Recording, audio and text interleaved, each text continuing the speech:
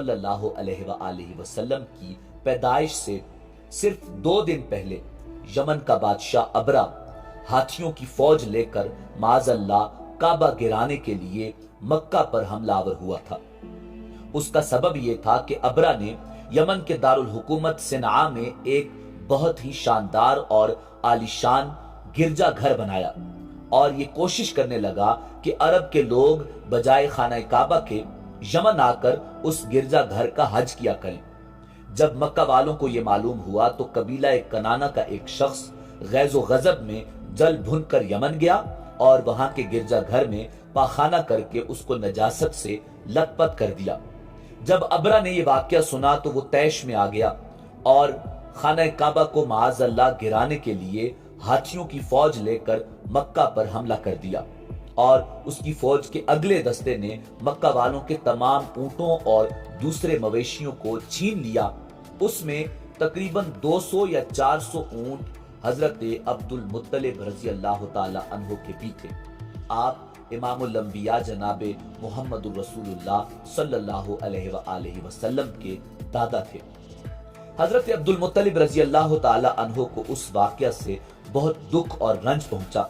आप उस मामले में गुफ्तगू करने के लिए अबरा के लश्कर के पास तशरीफ ले गए। जब अबरा को मालूम हुआ कि कुरैश का सरदार उससे मुलाकात करने के लिए आया है तो उसने अपने आप को खैमे में छुपा लिया और कहा कि सरदार को खैमे के अंदर भेजो। जब हजरत अब्दुल मुत्तलिब रजी अल्लाह ताला अन्हु को देखा कि एक बुलंद कामत, रोबदार और निहायत हसीन और जमील आदमी है जिनकी पेशानी पर नूरे नबूवत का जाओ जलाल चमक रहा है, तो सूरत देखते ही अबरा मरऊब हो गया और बेइख्तियार तख्त शाही से उतरकर आपकी ताजीम और तकरीम के लिए खड़ा हो गया और अपने बराबर बिठाकर पूछने लगा, कहिए सरदार कुरैश, यहाँ आपकी तशरीफ आवरी का क्या मकसद है? नाज़रीन, हजरत अब्दुल मुत्तलिब रजी अल्लाह ताला अन्हु ने जवाब दिया कि हमारे ऊंट और बकरियां वगैरह जो आपके लश्कर के सिपाही हाथ लाए हैं, आप उन सब मवेशियों को हमारे सपुर्द कर दीजिए। ये सुनकर अबरा ने कहा कि ऐ सरदार कुरैश, मैं तो ये समझता था कि आप बहुत ही हौसलामंद और शानदार आदमी हैं, मगर आपने मुझसे अपने ऊंटों का सवाल करके मेरी नजरों में अपना वकार कम कर दिया। ऊंट और बकरी की हकीकत ही क्या है? मैं तो आपके काबा को तोड़ फोड़ कर बर्बाद करने के लिए आया हूं, आप उसके बारे में कोई गुफ्तगू करें। हजरत अब्दुल मुत्तलिब रजी अल्लाह ताला अन्हु ने इरशाद फरमाया कि मुझे तो अपने ऊंटों से मतलब है।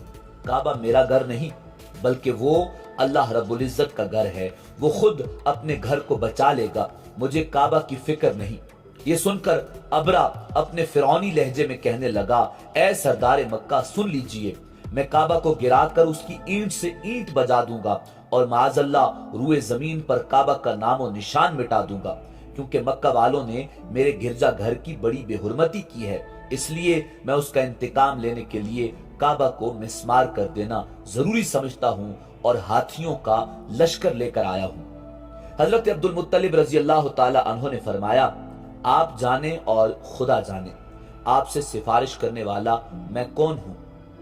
नाज़रीन, उस गुफ्तगू के बाद अबरा ने तमाम जानवरों को वापस कर देने का हुक्म दिया और हजरत अब्दुल मुत्तलिब रजी अल्लाह ताला अन्हु तमाम ऊंटों और बकरियों को साथ लेकर अपने घर चले गए और मक्का वालों से फरमाया कि तुम लोग अपने अपने माल मवेशियों को लेकर मक्का से बाहर निकल जाओ और पहाड़ों की चोटियों पर चढ़कर और दरों में छुपकर पना लो। मक्का वालों से ये कहकर फिर खुद अपने खानदान और चंद आदमियों को साथ लेकर खाना काबा गए और दरवाजे का हल्का पकड़कर इंतहाई बेकरारियों, गिरिया और जारी के साथ दरबारे बारी इला में इस तरह दुआ मांगने लगे, ऐ परवरदिगार आलम, बेशक हर शख्स अपने अपने घर की हिफाजत करता है, लिहाजा तू भी अपने घर की हिफाजत फरमा और सलीब वालों और सलीब के पुजारियों ईसाइयों के मुकाबले में अपने इताअत शारों की मदद फरमा। नाज़रीन, हजरत अब्दुल मुत्तलिब रजी अल्लाह ताला अन्हु ये दुआ मांग कर और अपने खानदान वालों को साथ लेकर पहाड़ की चोटी पर चढ़ गए और खुदा की कुदरत का जलवा देखने लगे। अबरा जब सुबह खाना काबा गिराने के लिए अपने लश्कर जर्रार और हाथियों की कतार के साथ आगे बढ़ा और मकामे مغمس میں پہنچا تو خود اس کا ہاتھی جس کا نام محمود تھا ایک دم زمین پر بیٹھ گیا۔ ہر چند مارا اور بار بار للکارا مگر ہاتھی نہ اٹھا۔ اسی حال میں قہر الہی ابابیلوں کی شکل میں نمودار ہوا اور ننھے ننھے پرندے جھنڈ کے جھنڈ جن کی چونچ اور پنجوں میں تین تین کنکریاں تھیں سمندر کی جانب سے حرم کعبہ کی طرف آنے لگے۔ ناظرین، ابابیلوں کے ان لشکروں نے ابرا کی فوجوں پر اس زور و شور سے پتھر برسائے کہ آن کی آن میں ابرا کے لشکر اور اس کے ہاتھیوں کے پرخچے اڑ گئے۔ ابابیلوں کی سنگ باری خداوند قہار و جبار کے قہر و غضب کی ایسی مار تھی کہ جب کوئی کنکری کسی ہاتھی والے کے سر پر پڑتی تو اس آدمی کے بدن کو چیرتی ہوئی ہاتھی کے بدن سے پار ہو جاتی۔ ابرا کی فوج کا ایک آدمی بھی زندہ نہیں بچا اور سب کے سب ابرا اور اس کے ہاتھیوں سمیت اس طرح ہلاک اور برباد ہو گئے کہ ان کے جسموں کی بوٹیاں ٹکڑے ٹکڑے ہو کر زمین پر بکھر گئیں۔ قرآن مجید فرقان حمید کی سورہ فیل میں خداوند قدوس نے اس واقعہ کا ذکر کرتے ہوئے ارشاد فرمایا: الم تر کیف فعل ربک باصحاب الفیل الم یجعل کیدہم فی تضلیل وارسل علیہم طیرا ابابیل ترمیہم بحجارۃ من سجیل فجعلہم کعصف مأکول۔ کیا تو نے نہ دیکھا کہ تیرے رب نے ہاتھی والوں کے ساتھ کیا کیا؟ کیا ان کے مکر کو بیکار نہیں کر دیا اور ان پر پرندوں کے جھنڈ بھیج دیے جو انہیں مٹی اور پتھر کی کنکریاں مار رہے تھے، پس انہیں کھائے ہوئے بھوسے کی طرح کر دیا۔